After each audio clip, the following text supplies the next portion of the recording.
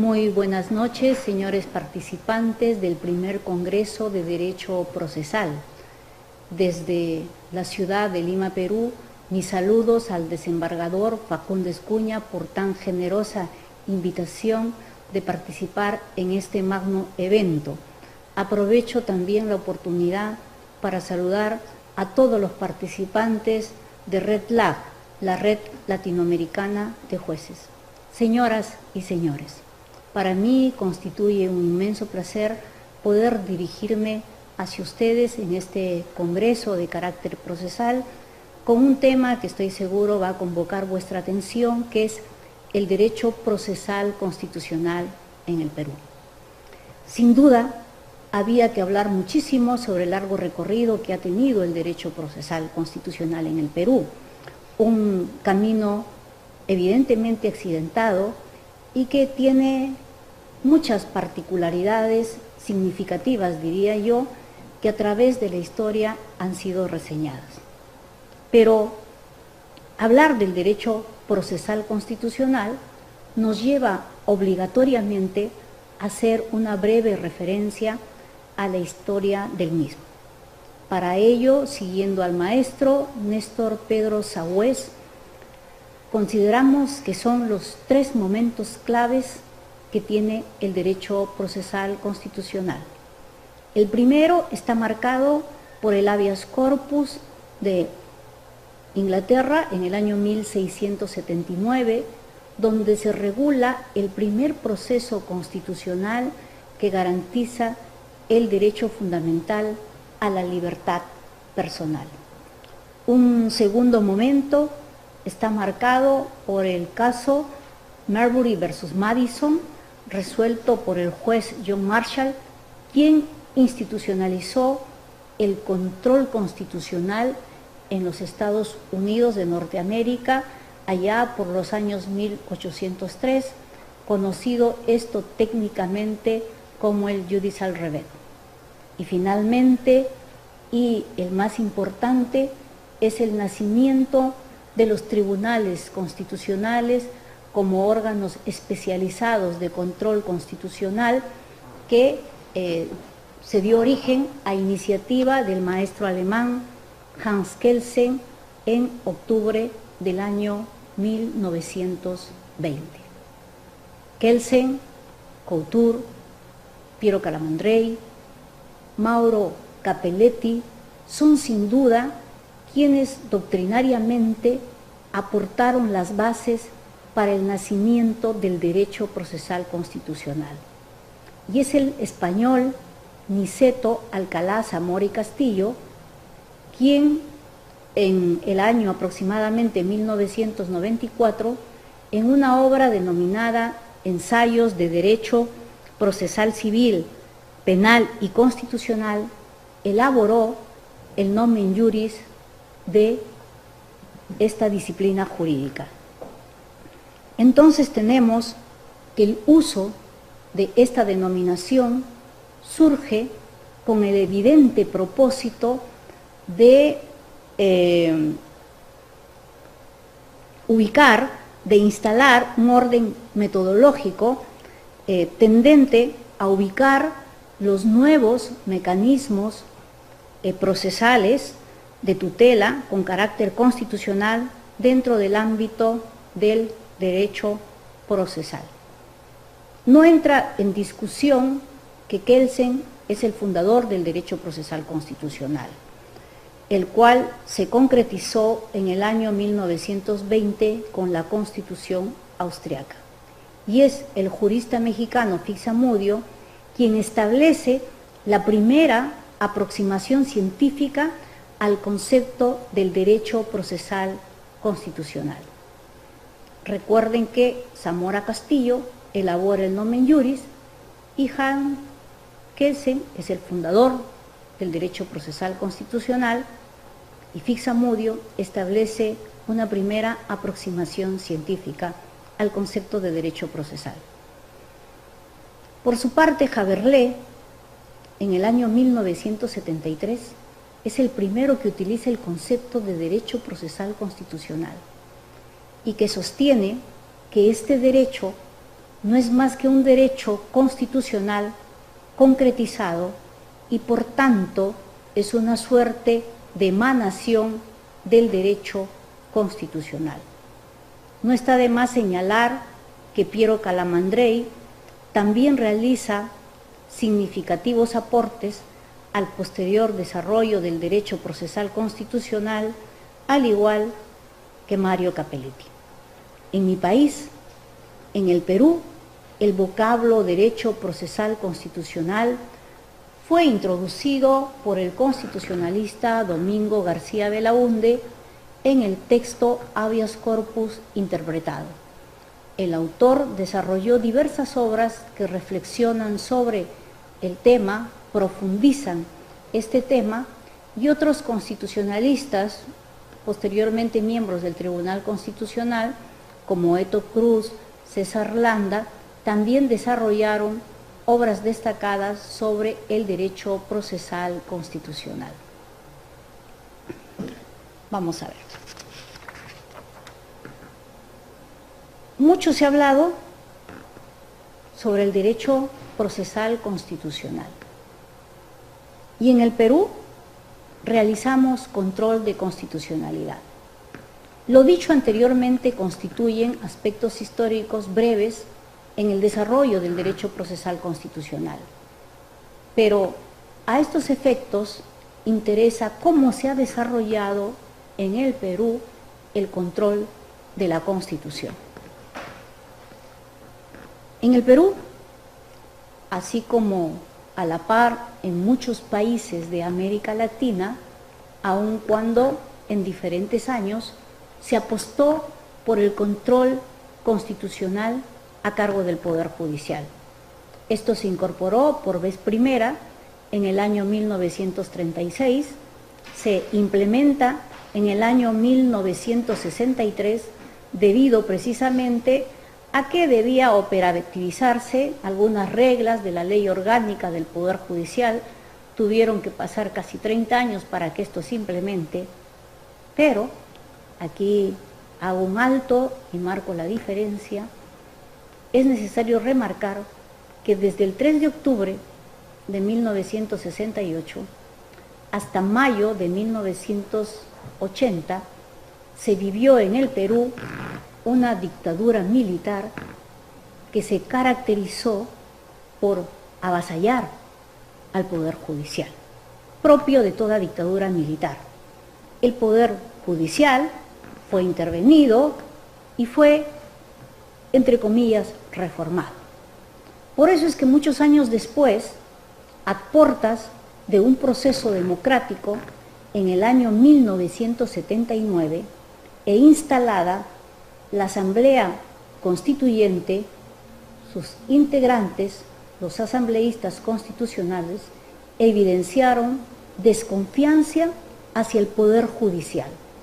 ¿Por qué? Porque consideraban que durante la época de la dictadura militar no había sido un claro defensor de los derechos fundamentales, no había sido un claro defensor de una línea democrática, y concordaron todos en configurar una institución judicial independiente, alejada de las presiones naturales que rodean a nuestra sociedad. Por tanto, idearon una fórmula doble, donde consagraron por primera vez a nivel constitucional, 1979, el control difuso, o sea, el control de la constitucionalidad de las leyes a cargo de cualquier juez que interviniera en una causa y que determinase la inaplicabilidad de la norma por su contravención con el mandato constitucional. Y por otro, se creó el Tribunal de Garantías Constitucionales con dos funciones específicas. La primera, que era conocer en casación las resoluciones denegatorias de los recursos de habeas corpus y de amparo, y en segundo lugar, de conocer de la acción de inconstitucionalidad, o sea, el control abstracto de las leyes. Posteriormente, nuestra Carta del año 1993 repite este esquema, pero añade el conocimiento en última instancia por parte del Tribunal Constitucional, este es el nuevo nombre que se da al tribunal, de todas las acciones de garantía que fueron a su vez también incorporadas otras, como el habeas data, la acción de cumplimiento, al que adiciona el conocimiento de los conflictos de competencia entre órganos gubernamentales. En síntesis, nosotros vamos a advertir que tenemos dos sistemas coexistiendo en un mismo ordenamiento. Por un lado, el sistema difuso a cargo del Poder Judicial y por otro, el sistema concentrado a cargo del Tribunal de Garantías Constitucionales en 1979, a partir de 1993, Tribunal Constitucional. Esto no ha creado, como se pudiera pensar, una mixtura, una simbiosis, no la ha creado, en realidad eso no existe, sino que podemos afirmar hoy que hay una coexistencia de dos sistemas normativos, ¿no?, entramados, que no se cruzan ni se oponen en lo esencial. En el Perú, el control difuso posee una característica adicional que yo creo que es necesario remarcar para vuestro conocimiento. Bien, decimos, control difuso a cargo del juez. Al momento de resolver un determinado caso, o en un caso en concreto, éste decide la inaplicación de la norma por contravenir la Constitución. El control difuso constituye, indudablemente, un mecanismo excepcional con que cuenta el juez ordinario para lograr una finalidad que es de suma importancia en un Estado constitucional: la preservación del principio de supremacía constitucional. En materia de aplicación del control constitucional, el ordenamiento jurídico peruano es tributario de la experiencia anglosajona. Este mecanismo se encuentra reconocido en nuestra Constitución en el siguiente tenor: en todo proceso, dice, de existir incompatibilidad entre una norma constitucional y una norma legal, los jueces prefieren la primera. Igualmente, prefieren la norma legal sobre toda otra norma de rango inferior. A su vez, nuestro Código Procesal Constitucional establece lo siguiente: cuando existe incompatibilidad entre una norma constitucional y otra de inferior jerarquía, el juez debe preferir la primera, siempre que ello sea relevante para resolver la controversia y no sea posible obtener una interpretación conforme a la Constitución. El Tribunal Constitucional peruano ha establecido las condiciones en las que debe aplicarse este control constitucional y establece para ello, y es importante remarcarlo, límites, pues señala que el ejercicio del control judicial de constitucionalidad de las leyes no puede realizarse, esta es la excepción, respecto de las leyes o normas con rango de ley cuya validez haya sido confirmada por el Tribunal Constitucional en el seno de un control abstracto de constitucionalidad. Este límite, indudablemente, tiene el propósito de dejar en evidencia, de relevar que es el Tribunal Constitucional que detenta la custodia especializada. En esta línea, nuestro Tribunal Constitucional ha desplegado mucha jurisprudencia constitucional que convoca la atención porque hay innumerables sentencias que ha dado esta facultad a fueros administrativos y a fueros arbitrales. Veamos, y quizás la que ha convocado mayor atención, mayor comentario, es la del control difuso en la sede administrativa.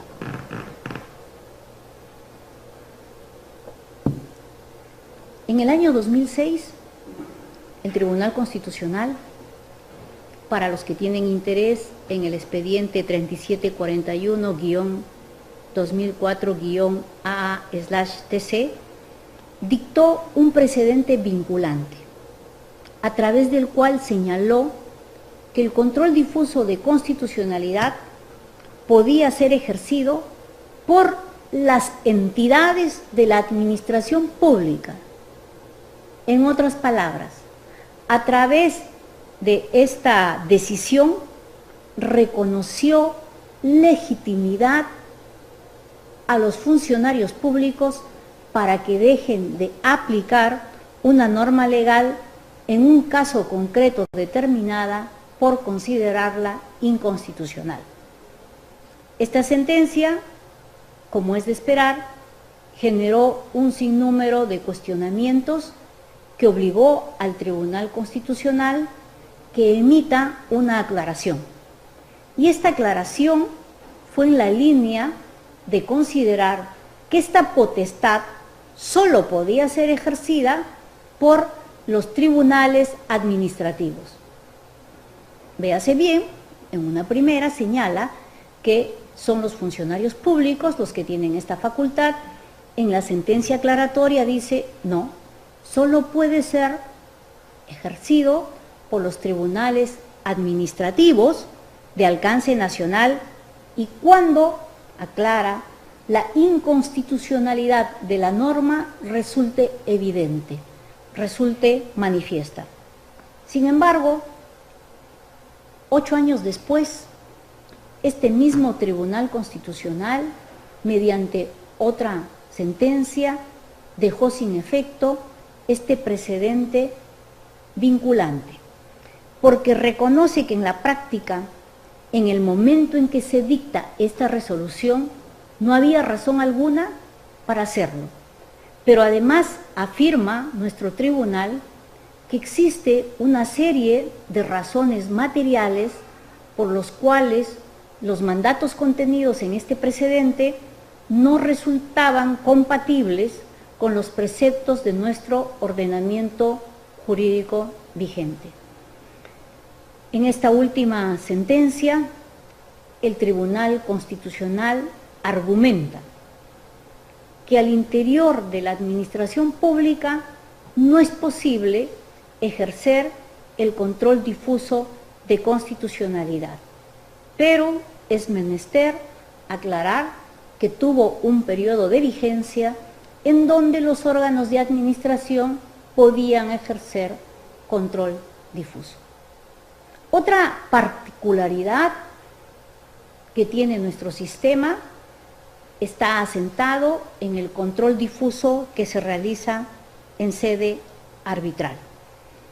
En el expediente 142-2011-PA/TC, el Tribunal Constitucional señala que el control difuso también puede ser realizado por los tribunales arbitrales. El argumento central es reconocer que el arbitraje, dice, constituye una manifestación de la función jurisdiccional del Estado y como tal, los tribunales arbitrales comparten la potestad de los órganos jurisdiccionales de hacer uso del control difuso.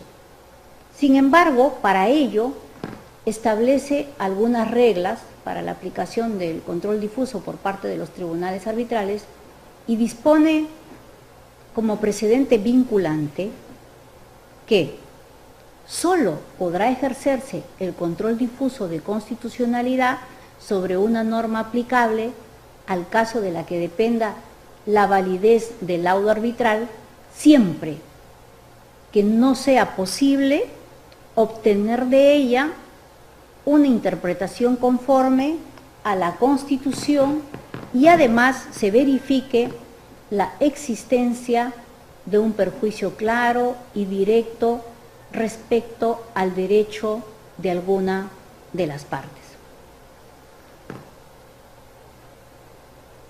El control concentrado. Bien, decíamos que nuestro país ha asumido un sistema, llamémosle, dual, porque por un lado encontramos que coexisten tanto el control de constitucionalidad difuso como el control de constitucionalidad concentrado. La Constitución Política Peruana ha otorgado el control difuso al Poder Judicial como poder jurisdiccional capaz de resolver controversias y otorga a su vez al Tribunal Constitucional la facultad exclusiva para realizar el control concentrado de las normas, teniendo también el Tribunal Constitucional la facultad de aplicar el control difuso. En conclusión, tenemos el Poder Judicial y el Tribunal Constitucional que ostentan la exclusividad de la facultad de aplicar el control difuso, quedando solo en manos del Tribunal Constitucional el ejercicio de este control concentrado. Nuestros procesos constitucionales están marcados por principios procesales, que están recogidos en el Código Procesal Constitucional. Estos constituyen el pórtico, la viga hermenéutica que ordena y sistematiza a toda la legislación procesal que se recoge en este código. Su utilización de estos principios, si bien es cierto, también resulta predicable, aplicable en todos los procesos ordinarios, en los procesos constitucionales, la exigencia de su pleno cumplimiento es fundamental, es impostergable e ineludible. La importante entidad de los procesos constitucionales, en tanto instrumentos protectores de la supremacía normativa de la Constitución y de la vigencia efectiva de los derechos fundamentales, dota a los principios de una gran fuerza normativa, de suerte tal que estos son de obligatorio cumplimiento en los procesos constitucionales y aunque no puede decirse, puede tener en menor grado su aplicación en los procesos ordinarios. Nuestro código establece un sinnúmero de principios, como el principio de dirección judicial del proceso, en donde el juez indudablemente asume un rol preponderante, ¿no?, que no se limita a observar la actividad procesal solo de las partes, el principio de gratuidad, el principio de economía y celeridad procesal, el principio de inmediación, el principio de sociabilización del proceso, el principio de impulso de oficio, el principio de elasticidad. Y sí me parece importante remarcar el contenido de este principio. Está referido al cumplimiento de las formalidades, pues en sentencia del Tribunal Constitucional se señala: si la exigencia de lo formal comporta la desprotección de los derechos y por ende su vulneración irreparable, entonces dice, las formalidades deben adecuarse o, de ser el caso, prescindirse con el objeto de que los fines del proceso constitucional se realice adecuadamente, se realice de manera adecuada. Tenemos el principio pro actioni, el principio iora nubi curia, el principio de interpretación conforme al derecho internacional de los derechos humanos. Dentro de los procesos constitucionales que se llevan a cabo en nuestro país, en el Perú, es importante remarcar los procesos constitucionales de habeas corpus en atención a que nuestro Tribunal Constitucional lo ha caracterizado mediante una tipología. ¿Sí? El Tribunal Constitucional, en una sentencia 2700-2006-HC/TC, dice: existe el habeas corpus reparador. Esta es la modalidad clásica, inicial, que todos conocemos del habeas corpus, que se promueve para obtener la reposición de la libertad de una persona indebidamente detenida. Señala, en segundo lugar, hay el habeas corpus restringido, cuando la libertad física o de locomoción es objeto de molestias, de obstáculos, se presentan incomodidades o perturbaciones a la libertad, que en los hechos configuran indudablemente una restricción al ejercicio de la libertad. El habeas corpus correctivo. Nuestro Tribunal Constitucional peruano entiende que el proceso constitucional de habeas corpus no solo protege la libertad propiamente dicha, sino que también este ámbito de protección que posee tiene que extenderse a otros derechos fundamentales. Su tutela también tiene que comprender, dice, la amenaza o los actos lesivos, como por ejemplo a la vida, a la integridad física, psicológica o el derecho a la salud de las personas que se hallan recluidas en establecimientos penales, e incluso de personas que bajo una especial relación de sujeción se encuentran internadas en establecimientos de tratamientos públicos o privados. El habeas corpus preventivo, que procede frente a la amenaza de que se pueda producir tal vulneración, en este caso la intervención indudablemente del juez, como su propio nombre lo dice, es anterior al acto que pudiera lesionar un derecho individual o algo conexo. Tenemos el habeas corpus traslativo.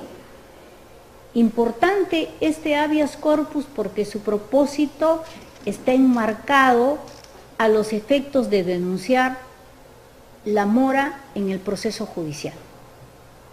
Por ejemplo, cuando se mantenga indebidamente la privación de la libertad de una persona o se demore la determinación jurisdiccional que resuelva la situación personal de un detenido.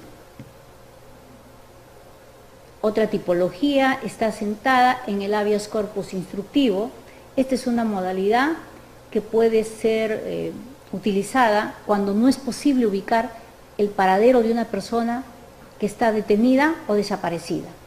Así, con esta modalidad de habeas corpus, se asegura, se protege el derecho a la vida y indudablemente se destierran aquellas prácticas de ocultamiento o indeterminación de los lugares de desaparición. Finalmente, el habeas corpus innovativo, procede cuando, pese a haber cesado la amenaza o la violación de la libertad personal, se solicita la intervención jurisdiccional con el objeto de que tales situaciones no se repitan en el futuro. Y finalmente, el habeas corpus conexo procede ante la amenaza o violación de los derechos constitucionales conexos a la libertad individual.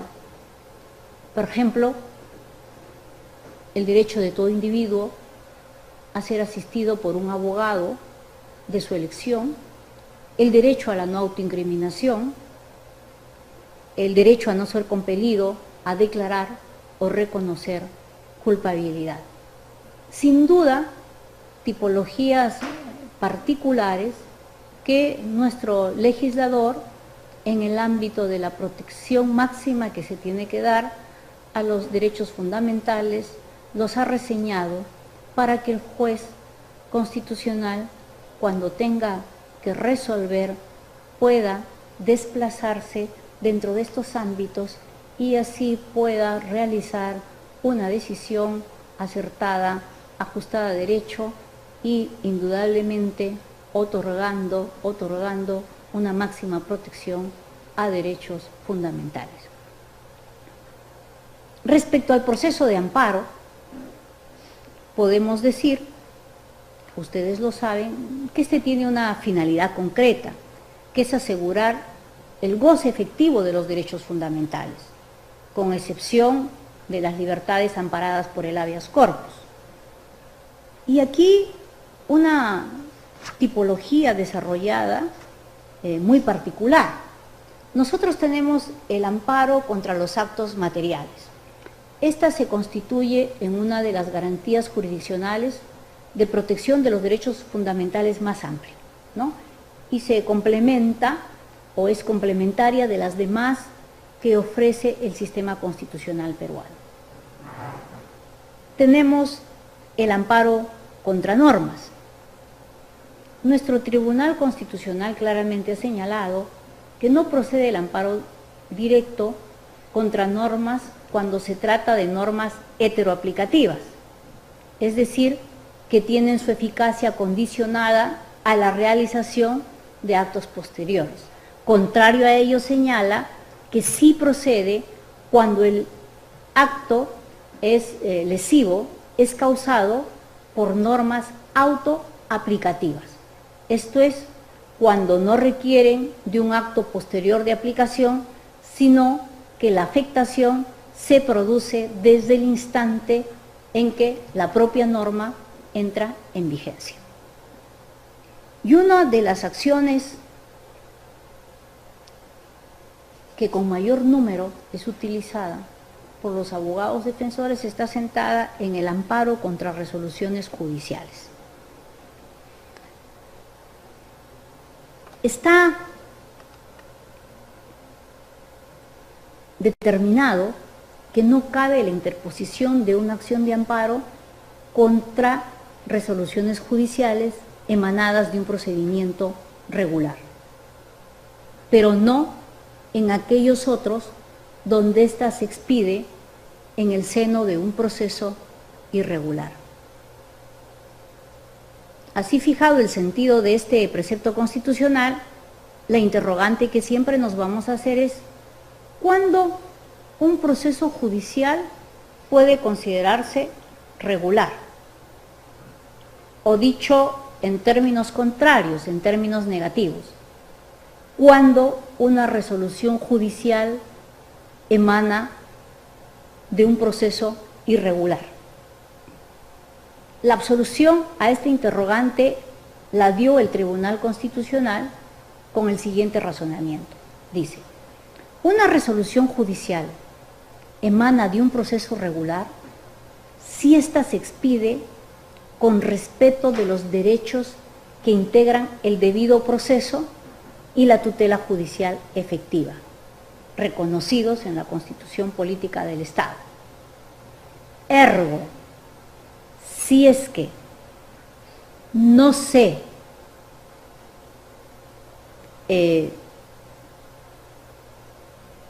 si es que esta decisión judicial no se da con el respeto al debido proceso y a la tutela judicial efectiva, entonces nos estamos encontrando frente a un proceso irregular en donde sí cabe la acción de amparo.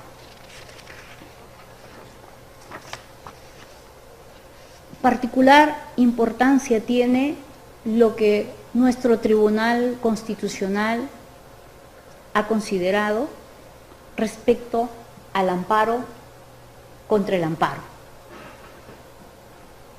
Nuestro Tribunal Constitucional dice que sí es posible efectuar una resolución, realizar una acción de amparo contra una acción de amparo.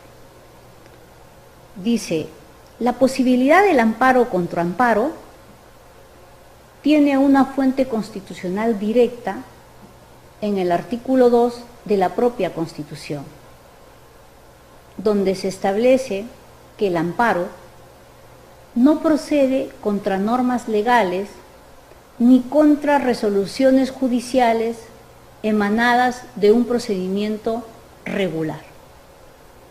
A partir de esta consideración, nuestro tribunal precisa y dice, cuando el Código Procesal Constitucional se refiere, en su artículo 5, inciso 6, a la improcedencia de un proceso constitucional que cuestiona una resolución judicial firme, recaída en otro proceso constitucional, esta disposición, dice el tribunal, restrictiva, deben entenderse referida a procesos donde se han respetado de modo escrupuloso el debido proceso y la tutela judicial o procesal efectiva en sus diferentes manifestaciones.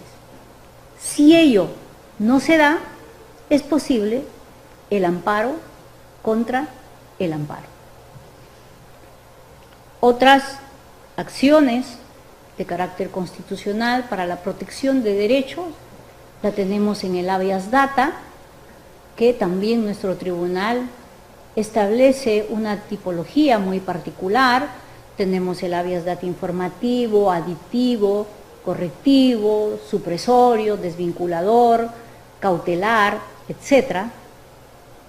Y finalmente tenemos el proceso de cumplimiento, el proceso de acción popular, el proceso de inconstitucionalidad y el proceso competencial cuando entre dos órganos del Estado surgen conflictos competenciales. Y por cierto, aquí es necesario remarcar que nuestro Poder Judicial, precisamente en defensa de su autonomía e independencia institucional, sobre todo en el marco presupuestario, planteó una demanda de conflicto competencial al Tribunal Constitucional contra el Ministerio de Economía, que por cierto salió favorable al Poder Judicial. En líneas generales puedo decir que ese es un poco el derecho procesal constitucional en el Perú. Tenemos sí marcadas diferencias con algunos países, pero por lo demás somos un país democrático, defensor de la legalidad, siempre en la línea y el orden de preservar, de promover y de garantizar los derechos fundamentales. Muchísimas gracias. En el Perú. Sin duda, había que hablar muchísimo sobre el largo recorrido que ha tenido el derecho procesal constitucional en el Perú. Un camino evidentemente accidentado y que tiene muchas particularidades significativas, diría yo, que a través de la historia han sido reseñadas. Pero hablar del derecho procesal constitucional nos lleva obligatoriamente a hacer una breve referencia a la historia del mismo. Para ello, siguiendo al maestro Néstor Pedro Sagüez, consideramos que son los tres momentos claves que tiene el derecho procesal constitucional. El primero está marcado por el habeas corpus de Inglaterra en el año 1679, donde se regula el primer proceso constitucional que garantiza el derecho fundamental a la libertad personal.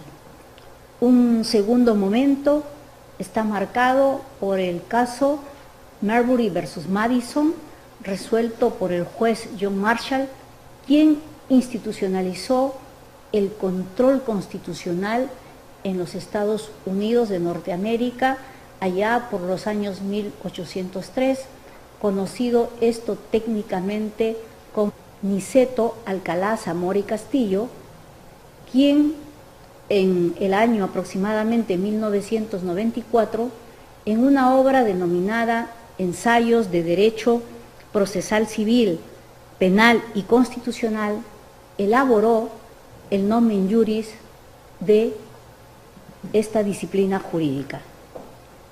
Entonces tenemos que el uso de esta denominación surge con el evidente propósito de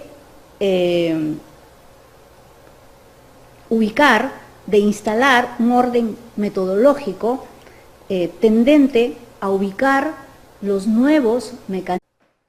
Muy buenas noches, señores participantes del primer Congreso de Derecho Procesal. Desde la ciudad de Lima, Perú, mis saludos al desembargador Facundo Escuña por tan generosa invitación de participar en este magno evento.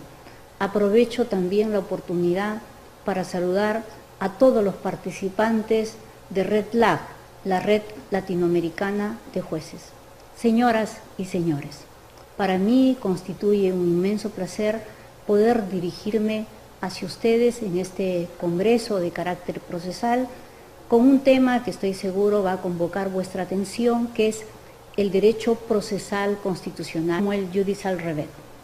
Y finalmente, y el más importante, es el nacimiento de los tribunales constitucionales como órganos especializados de control constitucional que se dio origen a iniciativa del maestro alemán Hans Kelsen en octubre del año 1920.